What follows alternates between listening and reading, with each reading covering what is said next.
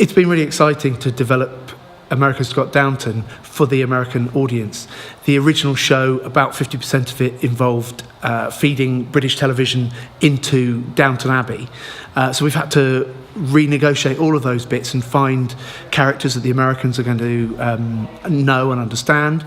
And also try to keep them British, because that's part of the USP of the show. So finding the British characters who the Americans are going to recognise, such as Gordon Ramsay, Russell Brand, Ian McKellen, people like that. So we've had a lot of fun looking at the American cultural world and finding what those tropes are and how we pop those in.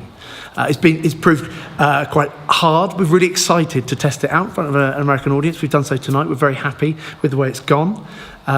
Introducing some classic American shows such as Jeopardy into the show. It'd be interesting to see our take on Jeopardy. It's like, as an outsider's view on Jeopardy, it'd be really interesting to see if that flies with the Americans. Now, inspiration for the whole piece. Well, I mean, it was a gradual coming together of lots of things, like the formation of a galaxy, in that it starts off with Luke doing, obviously he does his impressions to his friends first of all. He watches Downton, he's a fan, he starts doing little YouTube stuff. People see it, the production team saw it and thought this could be a show. Let's make it into a show. It starts to coalesce into more than just a little couple of sketches. I come on board with Owen and we start thinking it could be a narrative, it could be a longer show, it could actually have a story to it. And so gradually, and then we have to thresh out what the story actually is.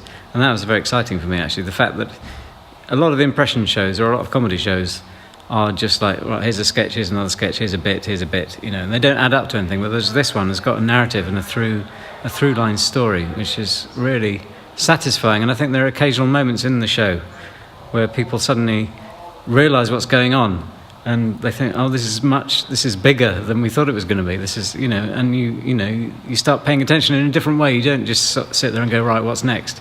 It actually all builds towards something, and that's what I found really exciting about doing it.